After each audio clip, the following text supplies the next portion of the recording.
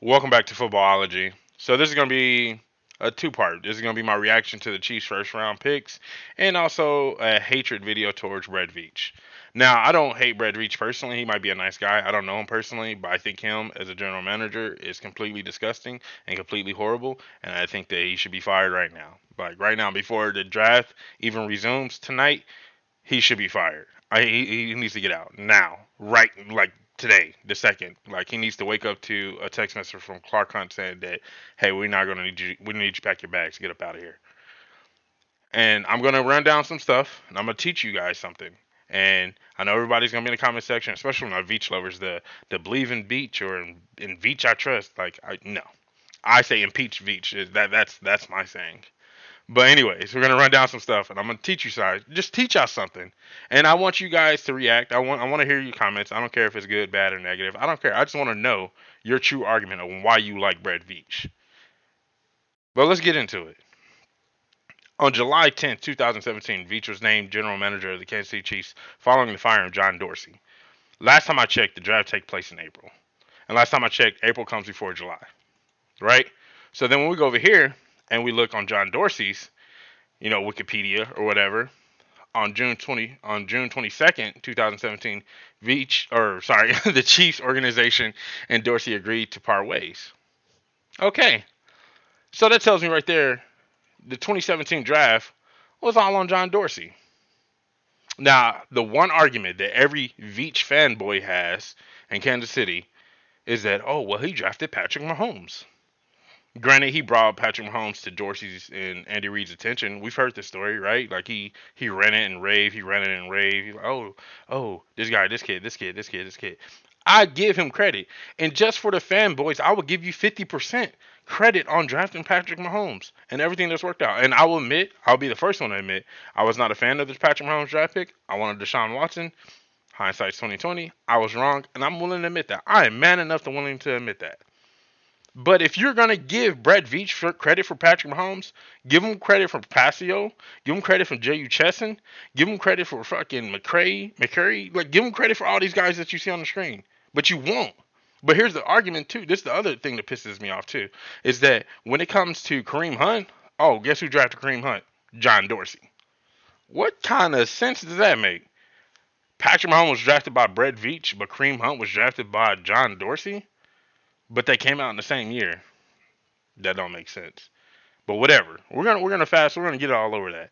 I just want to put that out there so you guys understand, especially the Veach fanboys, y'all understand how garbage this man is. He's garbage. Moving on. 2018. So now Veach is in the driver's seat and he knows exactly what he's doing. He's in the driver's seat. Breland speaks. Who? Like, all right, cool. Derek Nundy. Don't get me started. We Derek Nundy's just there. Dorian Daniel can't get on the field for whatever reason. He don't know the playbook or whatever. Amari Watts came out injury prone, and we haven't seen him yet. Tremont Smith, McKenzie switched to guard, and then did whatever. He's not even on the roster anymore. Okay, 2018 was definitely a wash. It was a bust. And in that process, we lost our first round pick because of Patrick Mahomes. Now remember, we're giving credit 50 ways. 50%. John Dorsey gave up our first round pick, and Veach fucking drafted Patrick Mahomes. What? I don't care. How you want to break it down? But we didn't have a first round pick because of that. That look at that. That 2018 roster or 2018 class, garbage, garbage. Moving to 2019. Oh, whew, it gets even better. It gets even. It gets. It gets a lot better.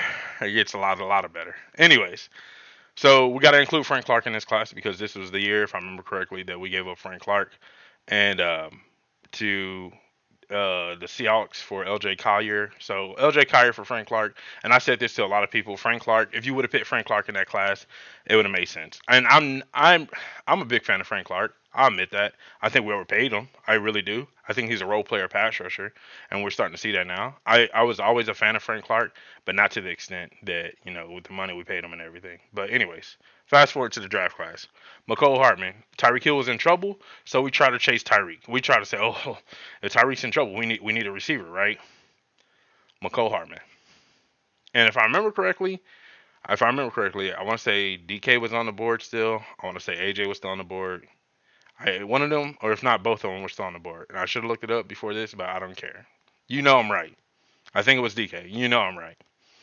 Every Chiefs fan know I'm right. Juan Thornhill, he came out hot his rookie campaign, got banged up, got hurt, and now he's kind of struggling to get into the starting position. He's struggling to get into a starting position. Kalen Saunders, same situation, banged up, got hurt. And I like Saunders too. I was a big fan of Saunders when he was coming out. I liked him at the Senior Bowl. I was high on him. Yeah. Rashad Fenton, we know. We know. Rashad Fenton's a decent role player, but he ain't no guy, right? And I mean, granted, we're getting to the later part of the round or the draft, so we're not saying, oh yeah, we're not looking for shutdown corners or anything. But I mean, he's given some quality. So he gave us some quality snaps, so I give you that. But no, and I don't know what else was on the board at the time. I'm not gonna look it up. I'm not gonna waste my time with it. But we're missing. Like especially right here with these twos, we missed. We missed. Especially on McCole Hardman. McCole Hardman's decent, whatever. We're about to find out what he's really about this year, but we missed. Let's call it what it is. We missed. Derwin Thompson just came back, from my understanding, from what I've seen, but I'm not 100% sure. But I guess Derwin Thompson's back, but he left. He hadn't seen the field at all for whatever fucking reason. He don't know the playbook. Whatever reason they give us, whatever. And then Nick Algrady, I fucking actually like him. I liked him a lot. I thought that dude, when we played the Super Bowl against Tampa, that dude was the only guard, the only player on that fucking offensive line that I had respect for, and the only guard that I was like, yeah, this guy's gonna turn into something. Like this guy is something special. I was definitely high on him, extremely high on him. So I like him. I'll give you that because I do like him. I think he could be a decent guard. I think he could be a really good guard actually. But anyways, fast forward. Then we moved to 2020, right? So we won the Super Bowl. We're picking at 32.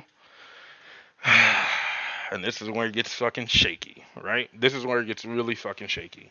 Granted, 22, the whole pandemic popped off, whatever. I understand completely. Shit was sideways, whatever. Clyde Edwards wasn't a first round pick. I think, and it's so funny because 2 years later, everyone's starting to see this. And this is the comical part. You take Clyde in the first round, but you take Derwin Thompson. What is that, like the fifth round, the seventh round? Come on. Was that the seventh round? I don't know. One of those rounds. Whatever. But yeah, you take Darwin over here. And they're the same running back. They're literally the same exact player. But Clyde's a first round pick because he was on LSU's on LSU's roster. Fuck out of here. Whatever. And we missed on who? Say it with me. Jonathan Taylor and DeAndre Swift, who went in the second round, who were looking really good for their respective teams. But what do I know, right? I'm just a guy with a YouTube channel. Willie Gay, I was okay with that. I like that. I thought that was a hit. I definitely give him credit for that, especially if Willie Gay stays healthy.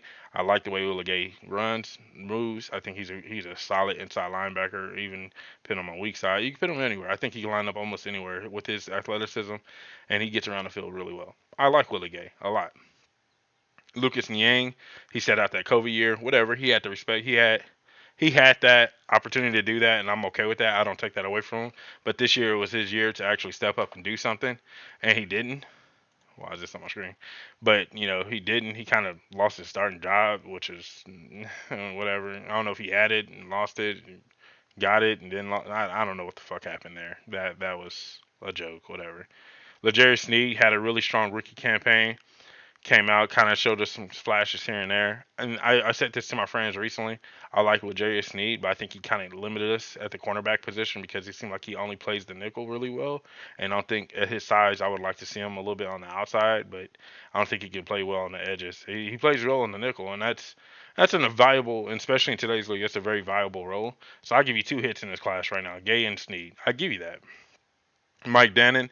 Mike Dannon's shown some flashes for us, and I'm wondering if he can actually keep growing into something. Maybe, I don't know, maybe he gets more snaps, but I really like the way Mike Dannon's been trending. Hopefully he does get more snaps and see what happens there. And then Keys, and I'm not sure if he's on the roster anymore. I'm not gonna lie to y'all. He probably is on the practice squad or something, but we haven't seen him, right? So two. So in the last, so if we go back to 2017, we got half a hit here. We got no hits. We're yeah, no hits here. So we're a point 0.5. We got. I give you another. I give you 5 here because I like Allegretti, but he wasn't a big dude, and McCole Hartman still has a lot to show. Juan Thornhill has a lot to show. I give you a point. I'll give you a solid point for this whole class. So yeah, 1.5. Moving to 2020, I give you 2 points for Gay and Snead. So what, 3.5 now? And 4 years. All right, whatever. Moving 2021.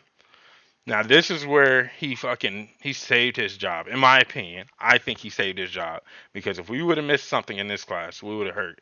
Now, granted, this class has Orlando Brown. We got to account for Orlando Brown, and we got I think Orlando Brown, but I think they got Tryon with our pick. The Baltimore Ravens did, I want to say, and then Nick Bolton. So I give you Nick Bolton. I'm not sold on Orlando Brown, and the reason why I'm not sold on Orlando Brown was for one, Baltimore was willing to give him up. Whatever, I don't care. Trojan horse. I feel like it was a Trojan horse, and it's working. It's really fucking working, which is comical. But Orlando Brown, and the reason why I don't like it is because we had to give up our first round pick, which is cool, whatever. But that year, this 2021 year, was the year of the tackle. Like there were so many good tackles in this class that we didn't need to reach for Orlando Brown. And this is where I get really frustrated with Brett Veach. He panics in the first round. He doesn't know what he's doing in the first round at all. I think if he was picking in the top 5, top 10, it would be easier because the talent is there. But when it actually comes to doing his homework and doing what he needs to do and to get things done, he panics. And so it's either I trade for somebody or I just and just throw a dart at a dartboard and fucking whatever. All right, he literally panics. He panics so hard. But anyways, Nick Bolton panned out pretty well. Creed Humphreys panned out pretty well, and then Trey Smith. Right, Cornell Powell. Everyone was selling me on him. Don't know what's going on. Noah Gray. I don't know what's going on there. Kando. I don't know. I don't know. But out of this class, you get 3. You get 3 points. So we're at 6.5, and over the course of the last 1, 2, 3, 4, 5 years, 5 years, right? 4 years. How do you want to look at it? And I'm not mad. This is the thing. What I'm mostly mad about is because I feel like that we're in a prime position to do a lot of great things. We have a good young quarterback. Granted, I wasn't high on him, but it's panned out. It's worked out really well. Once again, I will admit that I fucked up. I was wrong on that. I didn't see the future on that, but clearly John Dorsey and Brett Veach seen something on that, and Andy Reid. Cool. Patrick Mahomes worked out. Got a city year. That's cool. I I I personally just don't understand where the challenges are at realistically. And I know you guys are probably like saying like, "Oh, well, go count up or add up some other teams, tally up some other teams." And I will. Just name a team in the chat and I will go tally up their team right now. I would literally go tally up their team, their last, 5 years of drafting or 4 years of drafting, whatever. I would go tally it up cuz right now we're at 3.5 as far as like quality player starters. Now, if Mahomes was his guy, I'll give him 5 points for Mahomes alone because it's the quarterback position, and not every team has one of those guys. But I can't give him those points because I think that was more of a Dorsey's guy than it was Brett Veach. Because, like I said, when it comes to national media, what they say, oh, Brett Veach drafted Kareem Hunt in Kansas City. But then on the other hand, say Brett Veach, or no, sorry, they say John Dorsey drafted Kareem Hunt. But then on the other, in the same sentence, they would say Brett Veach drafted Patrick Mahomes. Like that makes no sense. I can't give credit to the manager in one regard, but I can't give credit to the manager on this other one because why? Like that don't make no sense. It ain't adding up for me personally, but that's just me. Anyways, so we're at 3.5, and then last night happened. Last night he botched it again. I don't care what anybody say. This is my reaction for last night, and last night was a botch. It was a botch situation. Trent McDuffie, we needed corner, yes. But you can't sell me. You can't tell me Trent McDuffie was a good pick. He was a second, third rounder at best. If we were going to get a slot corner, I said this on this channel alone. Marcus Jones from Houston was one of those nickel corners that I would have been completely okay with getting in like the fourth round. He would have been a steal because he would have gave you a returner. He would have gave you a returner and a slot corner. That's that's two positions for the price of one. That's drafting right there. That's getting value. It's all about getting value when you're down here. There's a reason why the Patriots had such long success. Everybody, well, Tom Brady was there. Let's be honest. Fucking Bill Belichick knows how to build a roster. He gets players that perform really well with him and then goes somewhere else and just falls apart because he knows how to get the best out of certain players. He knows what he's getting when he go get a player. George Karlaftis, he was on the way to the second round before we drafted him. Guarantee you he was on his way to the second round before we drafted him. Elam was there, or no, Elam wasn't there. Elam was there when McDuffie was on the board. We could have got Elam. Travis Jones would have made so much more sense. It would have helped us replace Jerron Reed and really bolster up our run defense in the same breath. We could get a defensive end in the later rounds. We can get a defensive end with more production than Karlaftis in the later rounds. We didn't need him at 30. He botched it again. I'm telling y'all right now, mark my word. I don't care if y'all take a screenshot. I don't care if y'all video record this. I don't care what you say. Put it on TikTok. I don't care what you do with this. I mark my words. I said he missed on Clyde, and I'm saying it right now. He missed on these two. He missed hard. Who's McDuffie covering in our division? Just our division, not our conference. Our division. Cortland Sutton, Jerry Jeudy on the Broncos. Tam Patrick, right? That's just the Broncos. And then you move to the Chargers and you got I can't think of his name right now, but Keenan Allen, Mike Williams, and then their slot corner there, I think it's Gayton, I want to say, maybe, something like that. I don't know. But the Chargers got weapons, right? Whatever. And then you move to the Raiders, adding Devontae Adams. They got Hunter Renfrow there and Darren Waller. Who the fuck is Trent McDuffie covering in our division? And then you get into our conference, you got Tyreek Hill. Yes, we might have seen in Miami. You got Stephon Diggs. You got, well, AJ Brown's no longer with us because he went to Philly last night. Cool. RIP. No, I'm joking, but seriously, AJ Brown's not in our conference anymore. Shit, even you can put Michael Pittman in there with the Colts. I mean, the names goes on. I can't even think of any names, but I'm just saying there's so many receivers in our conference, and our conference is already tough as hell. The conference is going to be so scary this year. And then our division is just going to be just as scary. McDuffie can't cover those guys. And there's no knock against McDuffie. I'm pretty sure he's a nice corner. I'm pretty sure he's going to be a decent corner. But I think with his size and stature, he's limited to the nickel spot. And I just told a buddy, I literally just got the phone with a buddy of mine. I told him, I think that he's going to replace Daniel Sorensen. I think that's what his ultimate role is going to be. I think he's going to play that hybrid safety cover nickel linebacker type thing. And I think that's what we're going to do with him. But if you're going to do that with him, don't take him in the first round. Don't. Do you really want Trent McDuffie's 5th-year option?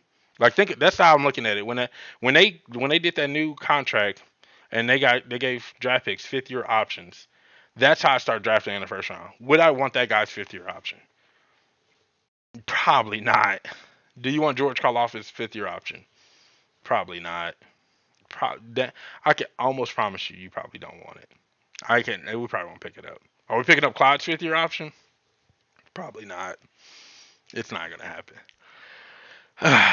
So it's a quick rant. That's it. Like I said, if you're a Veach fanboy, please come at me. Let me know what you think. Let me justify these picks. Justify these last couple of classes to me. Make it make sense. And don't be like, oh, well, we won the AFC West in the 5 years, and we went to multiple AFC championships and won two Super Bowls. And all right, cool, whatever. Yeah, we did. But on whose arm? Patrick Mahomes. Brad Veach don't get credit for that. I just told you. I just broke it down for you. Veach only gets half credit for that. Those teams, that Super Bowl winning team, especially that Super Bowl winning team, that team was John Dorsey's. 100% John Dorsey's. Who drafted Tyreek Hill? Travis Kelce? Chris Jones. All those dudes showed up and made plays in that Super Bowl. Everybody, shit, even Eric Fisher. Mitchell Schwartz. Who brought in Damian Williams? I'm just saying. Hold on, did we? Hold on. Maybe he brought in Damian Williams. I might be wrong on that. But still, that Super Bowl winning team that everybody loves was more John Dorsey's than it was Brad Veach's. Make it make sense. So that's all I have for you guys in this video. I really hope you guys enjoyed it. If you did, give the video a thumbs up. If you're a Veach fanboy and you hate this video, give it a thumbs down. Please do. And I will love every bit of it. And if you're not a footballologist yet, I don't know what you're waiting on. Go ahead and hit that subscribe button today. Become a footballologist. And stay safe, football fans.